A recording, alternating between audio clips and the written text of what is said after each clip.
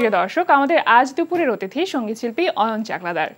শুভ দুপুর। কেমন? শুভ দুপুর। এই তো আলহামদুলিল্লাহ ভালো আছি। আপনি কেমন আছেন? খুব ভালো আছি। আপনাকে পেয়ে খুবই ভালো লাগছে। গল্প হবে, সাথে গানও তো আমরা শুনবো নিশ্চয়ই। জি। সাম্প্রতিক ব্যস্ততা কি নিয়ে? গান নিয়ে একটু বেশি ব্যস্ত নাকি অন্যান্য যে কাজগুলো নিজের কাজ সেগুলো নিয়েও ব্যস্ত আছেন?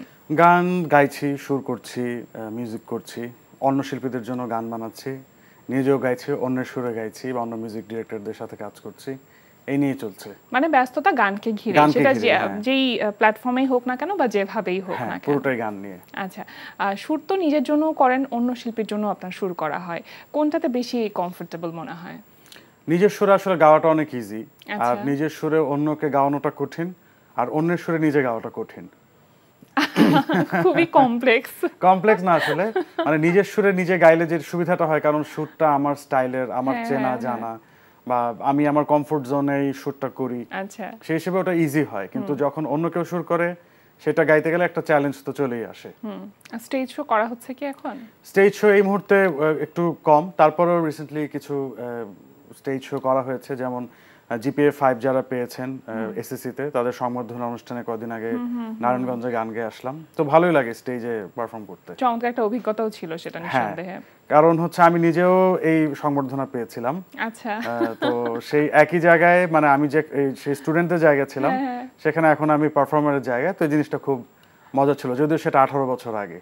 আচ্ছা, এইভাবে বললে কিন্তু শিল্পীর বয়স ধরা পড়ে যায়। পড়ুক, আমার লুকানোর কিছু নেই আর কি। আচ্ছা, জনম জনম এই শিরোনামে আপনার এবং কণা আপুর, মানে সঙ্গীত শিল্পী কণার একটি গান রিলিজ হয়েছে সম্প্রতি, সেটা নিয়ে সাড়া কেমন পাচ্ছেন? সাড়া বলতে লাখখানেক ভিউজ হয়েছে। এখন ভিউজ হিসেবে ধরলে সাড়া আসলে খুব একটা ভালো না, কিন্তু আমি যদি সবার পজিটিভিটি বা সবার প্রশংসা বলি, যারাই দেখেছে তারাই খুবই প্রশংসা করেছে, যারাই শুনেছে গানটা সবাই প্রশংসা করছে, সবাই ভালো বলছে। তো সেই হিসেবে আমি বলবো যে আমি মানে সাড়া পজিটিভই পাচ্ছি। আচ্ছা, এই গানটার কাজ শুরু হয়েছে কিভাবে বা কার উদ্যোগে এই কাজটি নেওয়া? এই গানটা আসলে 2022 সালে আমি সুর করেছিলাম, একটা অন্তরা এবং মুখরা, আর গানটা সুরের উপর লিখেছিলেন আহমেদ রিসি ভাই। তো যে কোম্পানির জন্য গানটা করেছিলাম, তারা গানটা পছন্দ করেনি তখন। তো পরে তাদেরকে আর দেওয়া হয়নি গানটা, আমার কাছে রয়ে গিয়েছিল 2 বছর। তো 2 বছর পর নাটাই মিউজিক তারা আমার কাছে একটা নতুন গান চাইলেন, যে একটা রোমান্টিক ডুয়েট গান চাইছি আপনার কাছে। তো আমি তখন ভাবলাম যে এই গানটাই কমপ্লিট করে দিই। তো আহমেদ রিজভী ভাইকে বললাম যে সেকেন্ড অন্তরাটা লিখে দিন আপনি, তো তিনি লিখে দিলেন।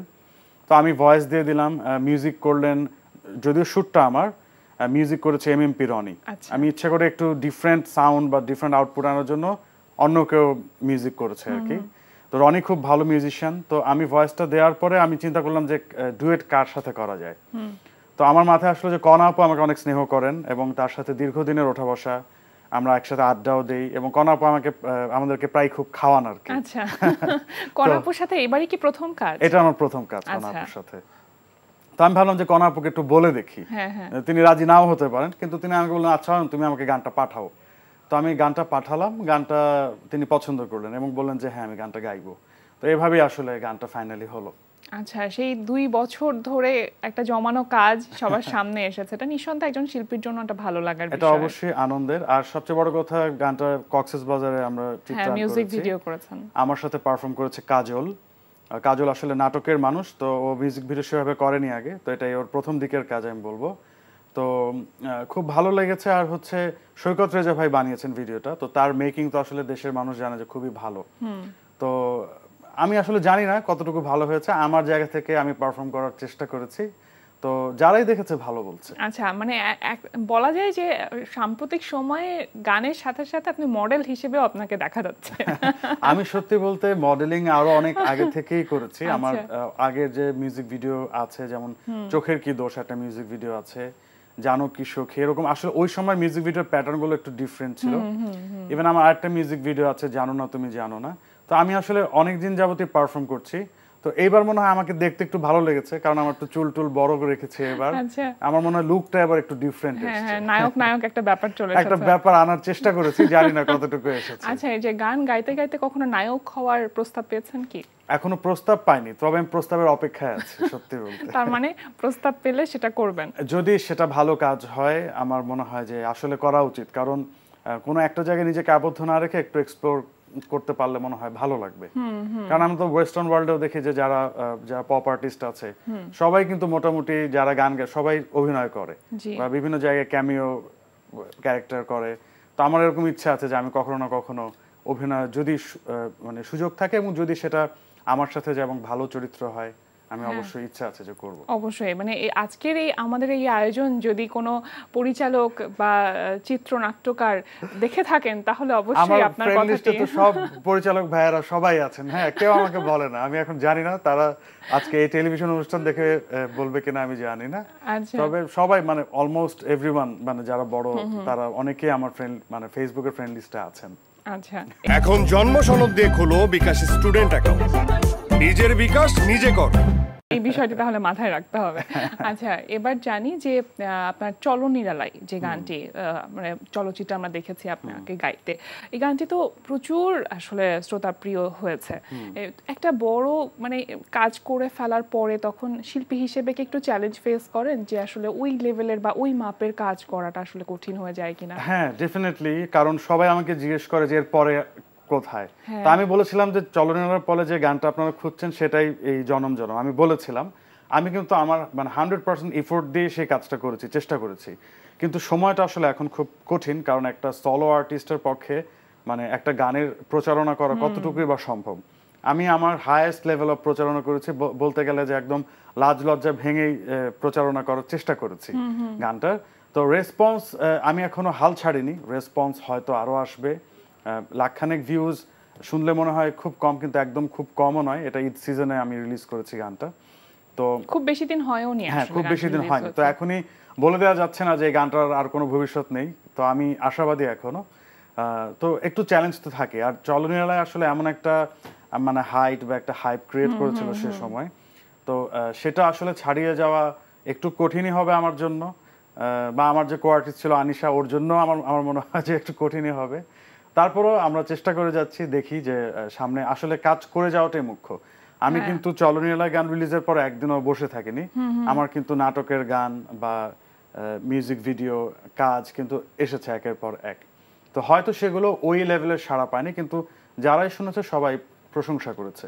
ইভেন সিনেমার গানও এসছে, রিসেন্টলি আমার এবং ন্যান্সি আপুর একটা গান রিলিজ পেয়েছে, আহারে জীবন মুভির একটা ডুয়েট গান ছিল, সেটা রিলিজ পেয়েছে, সেটাও সেভাবে ভিউজ হয়নি, কিন্তু যারাই শুনছে সবাই খুব প্রশংসা করছে। আসলে এই যে ভিউজ দিয়ে একটি গান ভালো নাকি মন্দ বা সেই গানের মানদণ্ড বিচার করা, এটা আসলে খুবই বিষয়টা অন্যরকম হয়ে যায়, মানে এটা আমরা কেউই খুব একটা সহমত প্রকাশ করি না বিষয়টাতে, কিন্তু তারপরও এখানে যেহেতু ব্যবসা বা একটা বাণিজ্য বলতে বিষয় জড়িত আছে মিউজিক ইন্ডাস্ট্রিতে, এবং আপনি যেহেতু একজন পেশাদার সঙ্গীত শিল্পী, সেই জায়গা থেকে সব থেকে বড় চ্যালেঞ্জ কি বলে মনে হয়? ভিউজটা এখন একটা টেকনিক্যাল বিষয় বটে। একটা গান ধরুন যে সেভাবে রিচ পেল না, বা একটা সময় যে সময় সবাই একটু খেলা নিয়ে বিজি আছে, ধরুন যে কোপা আমেরিকা নিয়ে আছে কিংবা ওয়ার্ল্ড কাপ নিয়ে আছে, তো সে সময় আসলে গানটা কিন্তু একটু পেছনে পড়ে যায়। কিংবা ধরুন যে অনেক বড় একটা মুভি রিলিজ পেয়েছে, সবাই সেই মুভিটার গানের পেছনে আছে, তখন দেখা যায় যে ছোট ছোট যে আর্টিস্টগুলো কাজগুলো সেগুলো কিছুটা পেছনে পড়ে যায়। আসলে ভিউজটা একটা টেকনিক্যাল বিষয়, এটা কখনোই মানদণ্ডের বিষয় হতে পারে না। আর তারপরেও কি আসলে এক্সপেক্ট তো সবাই করে যে আমার গানটা একটু ভিউজ হবে, একটু ভিউজ পাবে, সেই এক্সপেকটেশনটা সবার থাকে। কিন্তু এখন আসলে আমার যেটা মনে হয় যে আসলে ভালো কাজ করে যাওয়াটাই এখন মুখ্য। একদিন না একদিন ভালো কাজের মূল্যায়ন একদিন না একদিন হয়তো হয়, সেই বিশ্বাসটা মনে রেখে কাজ করে যেতে হবে, মানে ধৈর্য সহকারে কাজ করতে হবে। হ্যাঁ ধৈর্যটা খুব জরুরি, খুব বেশি। আচ্ছা, আমরা অনেকক্ষণ গল্প করেছি, এখন আপনার কণ্ঠে একটি গান শুনতে চাইবো। কোন গানটি শুনছি?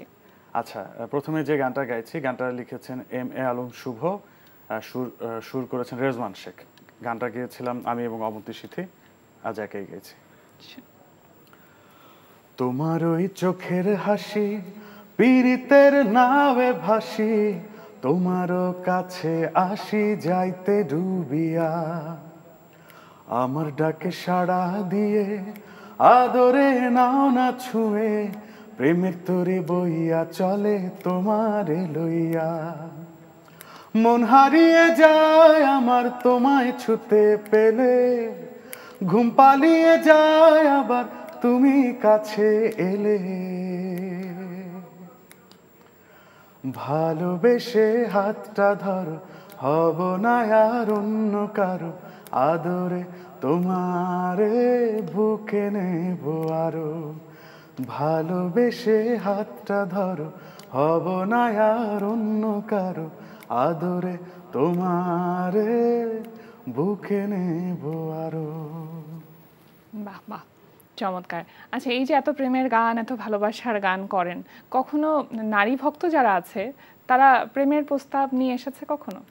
হ্যাঁ, অনেক প্রেমের প্রস্তাব পেয়েছি। সেটা আজকে থেকে নয়, সেই ক্যারিয়ারের শুরু থেকে। আমার ক্যারিয়ার মানে অলমোস্ট 13 ইয়ার্স। তো এটা এটা পাচ্ছি। অনেক সময় প্রেম হয়েও গেছে, আচ্ছা, আবার সেই প্রেম ভেঙেও গেছে। তো এরকম হয়েছে আমার জীবনে অসংখ্যবার। শিল্পীর ভক্ত থাকবেই, সেটা ছেলে হোক বা মেয়ে হোক, সেটা বড় কথা নয়। আচ্ছা, এবার একটু জানি যে চলচ্চিত্রের কথা বলছিলেন, যে চলচ্চিত্রের গান রিলিজ হয়েছে, একটি চলচ্চিত্রের গান। এরপরে কি নতুন কোনো চলচ্চিত্রের গান নিয়ে কাজ করা হচ্ছে, সেটা নিয়ে মনোযোগ দেওয়া হচ্ছে কিনা? এই মুহূর্তে আমার ওরকম আনরিলিজড আছে এরকম কোনো চলচ্চিত্রের গান নেই, যেটা সত্যি কথা। তো ন্যান্সি আপুর সাথে যে গানটা এলো, এটার প্রচারণা করছি। নাটকের গান আছে একটা, আমার এবং আতিয়া আনিশার গাওয়া। গানটা সুর করেছেন ইমন শাহ দাদা, গানটা লিখেছেন চলনীলালের যে গীতিকার জনি হক ভাই। আচ্ছা, তো এই গানটা নাটকে যে ছোট ছোট পার্ট গেছে গানটার, ঈদ ভ্যাকেশন নাটকটার নাম, সিনেমাওয়ালা চ্যানেলে এসছে এটা, মোহাম্মদ মুস্তফা কামাল রাজ ভাইয়ের নাটক। তা মুস্তফা কামাল রাজ ভাইয়ের নাটক কিন্তু অনেকটা ফিল্মি বলা যায়, কারণ তিনি অ্যাকচুয়ালি ফিল্মেরই মানুষ। তো সেই নাটকটার গানটা রিলিজের অপেক্ষায় আছি, কারণ নাটকটা আমি দেখেছি যে মানুষের প্রচুর কমেন্ট যে গানটা কবে আসবে, গানটা কবে আসবে। সবাই খুব অপেক্ষা করছে গানটার জন্য। তো সেই গানটার অপেক্ষায় আছি। এছাড়া আসলে মুভির গান এই মুহূর্তে যে আমার রেডি আছে বা রিলিজ হবে, এরকম কোনো গান এই মুহূর্তে মুভির নেই। ছোটবেলা তো আপনার গান শেখার শুরুটা বাবার কাছ থেকে? হ্যাঁ, বাবার কাছেই হাতে খড়ি বলতে গেলে যে সা ধরে দেওয়াটা, মানে বি ফ্ল্যাটে প্রথম সা ধরিয়ে দিয়েছিলেন তিনি। তো চিনেছিলাম যে এটাকে সা বলে। ওই যে নোট চেনাটা, সেটা বয়স কত ছিল তখন? কত হবে, 3-4 বছর, 5 বছর হাইয়েস্ট এরকম হবে। আচ্ছা, তারপর বাবার কাছ থেকে তো হাতে খড়ি, পরবর্তীতে আর কোন কোন ওস্তাদজির কাছে গান শেখা হয়েছে? পরবর্তীতে আমি শিশু একাডেমিতে শিখেছি গান। সেখানে খোদাবক শানু স্যার ছিলেন, এবং তারই একটা প্রতিষ্ঠান ছিল আনন্দম সঙ্গীতাঙ্গন। সেখানে আমি ক্লাসিক্যাল মিউজিক এবং রবীন্দ্রসঙ্গীত শিখেছি। অনিল কুমার সাহা স্যার ছিলেন সেখানে ক্লাসিক্যালে। এছাড়া বড় হয়ে হচ্ছে আমি ইউডাতে মিউজিক নিয়ে পড়াশোনা করেছি, অনার্স করেছি মিউজিক সাবজেক্টে। তার আগে তো আপনি ইঞ্জিনিয়ারিং এ পড়তেন মনে হয়? হ্যাঁ, তার মাঝখানে আমি ইঞ্জিনিয়ারিং থেকে পরে ইউডাতে চলে গেছে। ইঞ্জিনিয়ারিংটা আমি আসলে ভালো লাগতো না, বা আমার অনেক কঠিন লাগতো সত্যি বলতে। আমার মেধায় কুলোতো না, তো এইজন্য আমি ওটা ছেড়ে দিয়ে নাকি গানটাকে বেশি ভালোবাসতেন? এটাও একটা কারণ ছিল। তো তখন মনে হলো যে আমি আসলে মিউজিক নিয়ে পড়াশোনা করব। তো সেখানে আসলে আমার ক্লাসিক্যাল মিউজিকটা বলতে গেলে আবার নতুন করে শেখা শুরু হলো বড় হওয়ার পরে। তো সেখানে অসিত দে স্যারকে পেয়েছি। তো তার কাছ থেকে আসলে ক্লাসিক্যাল শেখার স্টাইলটা একটু ডিফারেন্ট ছিল। একটা পাল্টার শিট ছিল, সেই পাল্টা থেকে কিভাবে তান বানাতে হবে, মানে ইনস্ট্যান্ট। মানে আমরা ছোটবেলায় গান শিখেছি যখন ক্লাসিক্যাল, তখন তান খাতায় লিখে নিতাম। তো অসিত স্যারের কাছে যখন শিখেছি, তখন আর ওই খাতায় মুখস্থ করার বিষয়টা ছিল না। কিছু পদ্ধতি শিখেছিলাম যে ইনস্ট্যান্ট বসে। তো আমি পরীক্ষার আগে খুব একটা প্র্যাকটিস করে যেতাম না। আমি দেখা যেত ওই পরীক্ষায় বসে আমি ইনস্ট্যান্ট মাথায় তান বানিয়ে আমি গেয়ে দিচ্ছি। তো আমার ওই মানে আমি যে খুব ভালো স্টুডেন্ট গানের তা না, বলতে গেলে আমি খুব ফাঁকিবাজ। মানে গানটাও যে ঠিক মতো শিখেছি তা না, এই সব কিছু অল্প অল্প শিখেছি। একটু গিটার বাজাতে পারি, একটু কিবোর্ড বাজাতে পারি। আমি খুবই ফাঁকিবাজ আসলে। তাও যেন কিভাবে গানের লাইনে ফাঁকিবাজ মানুষগুলো কিন্তু কাজ ভালো করতে পারে। তারা শর্টকাটে কিভাবে ভালো কাজ করা যায় এটার আইডিয়া। ওই ফাঁকিবাজ বলেই প্র্যাকটিস করে যেতাম না, ইনস্ট্যান্ট বসে পরীক্ষা দিতাম, তারপরে কিভাবে যেন পাস করে গেছি আর কি। এই আচ্ছা, একদম শেষের দিকে চলে এসেছি, গল্প করতে করতে সময় একেবারেই শেষ। আপনার কণ্ঠে আরো একটি গান শুনতে চাইবো আমরা। কোন গানটি শোনাবেন আমাদের? যে গানটা আসলে না গাইলে নয়, সবসময় গাই, চলো নিরালাই। হ্যাঁ, চলো নিরালাই। গানটি লিখেছেন জনি হক ভাই, সুর করেছেন নাভেদ পারভেজ, গেয়েছিলাম আমি এবং আতিয়া আনিশা। আজ আমি একাই গাইছি। প্রেমে হাসিয়া ভাসিয়া উতলা হাওয়ায়, চলো নিরালায়, চলো নিরালায়, মেঘে উড়িয়া ঘুরিয়া ভিজিয়া ঝর্ণায়, চলো নিরালায়, চলো নিরালায়, পরাণে শয়নে নয়নে নয়নে তুমি শুধু মনে। প্রেমে হাসিয়া ভাসিয়া উতলা হাওয়ায়, চলো নিরালায়, চলো নিরালায়, মেঘে উড়িয়া ঘুরিয়া ভিজিয়া ঝর্ণায়, চলো নিরালায়, চলো নিরালায়। চমৎকার, ভীষণ ভালো লাগলো। একটু ছোট্ট করে দুটো লাইনে যদি বলতেন যে আগামী দিনগুলো নিয়ে কি চিন্তা করছেন বা কিভাবে এগোতে চান, কিভাবে ভাবছেন, নিজের ক্যারিয়ারটাকে কিভাবে সাজাতে চাচ্ছেন? ক্যারিয়ারটা আসলে সম্পূর্ণ যে আমার হাতে আছে তা তো নয়।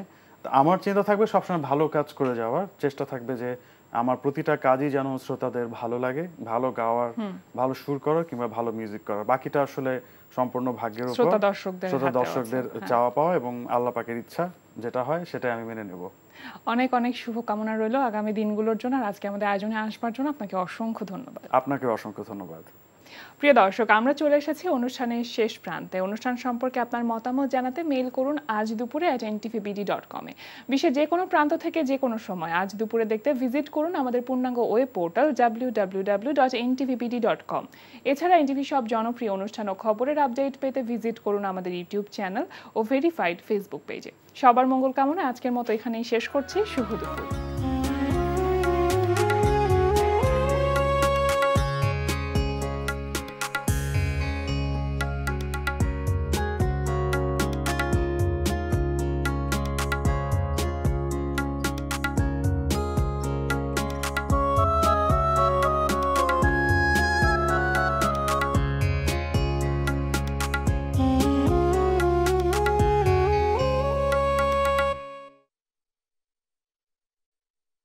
এখন জন্ম সনদ দিয়ে খোলো বিকাশ স্টুডেন্ট অ্যাকাউন্ট। নিজের বিকাশ নিজে কর।